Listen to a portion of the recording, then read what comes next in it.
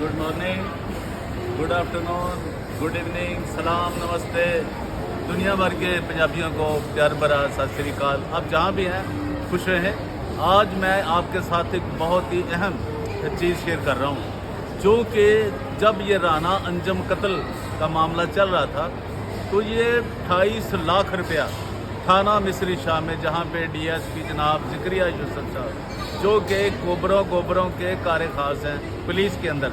यार ये तो पुलिस को चाहिए, पंजाब पुलिस को चाहिए और वज़ीर आला को चाहिए कि इन चीज़ों को, ऐसे लोगों को पकड़ें जैसे ये ख़तरनाक लोग पुलिस के अंदर काली पेड़े हैं। तो वहाँ पे जो किस्सा कहानी हुआ था ना जी, थाने के अंदर मिस्री शाह के अंदर, तो वहाँ पे जनाब ये जो चीफ सिक्योरिटी गार्ड है, बड़ा उनका हमदर्द बनता है, बड़ा जनाब उनके ऊपर जान नचावर करता है। और यही ना किसी दिन फंस जाए। ये जो नसीम अख्तर और माड़ा है, इसकी बात कर रहा हूँ, चीफ सिक्योरिटी गार्ड, ये जनाब इसके सामने, और वो चौधरी कुशान, वो जो मिशल का आदमी है यार, जो निदा की बहन है, उसका जो आदमी है ना उसकी, और ये इन्होंने जनाब वहाँ पे 22 लाख रुपया और 6 लाख रुपया जो था वो बचता था।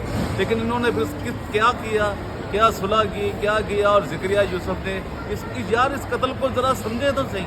लोग इसको बड़ा लाइट रहा है, यार एक इंसान मरा है। और फिर जब अगर पाकिस्तान में अगर कोई आयन कानून की बात मानी जाती है, सुनी जाती है, तो यार इस बेचारे को, इसकी बेवा को, इसके बच्चों को, बच्चियों को यार क्यों नहीं इंसाफ मिल रहा। देखें ये जो कोबरे और गोबरे हैं, अनवर फजल, शौकत फजल, इमरान फजल, ये क्यों नहीं पकड़े जा रहे आखिरकार? क्या वजह है? क्या पुलिस इनका पीछा कर रही है? क्या इनको छुड़ाने के लिए, बचाने के लिए क्या डर इस्तेमाल हो रहे हैं? तो हो रहे हैं यार, इसको भी तो इंसाफ दो कोई। आपका बहुत बहुत शुक्रिया। देखते रहिए DGA BKK 2020।